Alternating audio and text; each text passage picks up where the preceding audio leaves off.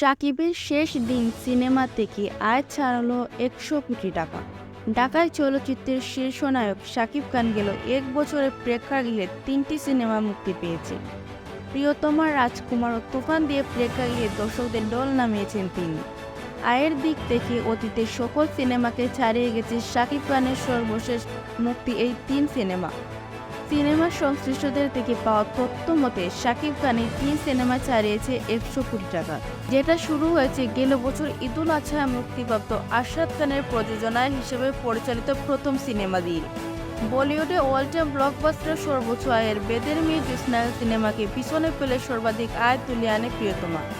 প্রযোজনা সংস্থা ভাষা মিডিয়ার তরফ থেকে দাবি করা হয়, প্রিয়তমা বিশ্বব্যাপী ৪২ কোটি কালেকশন এনে দিয়েছে, যা দেশের সিনেমায় এর জন্য রেকর্ড।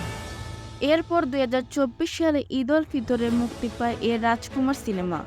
এই সিনেমাতেও প্রযোজক ও পরিচালকের দায়িত্বে ছিলেন আরশাদ আদনান ও হিমেল আশরাফ।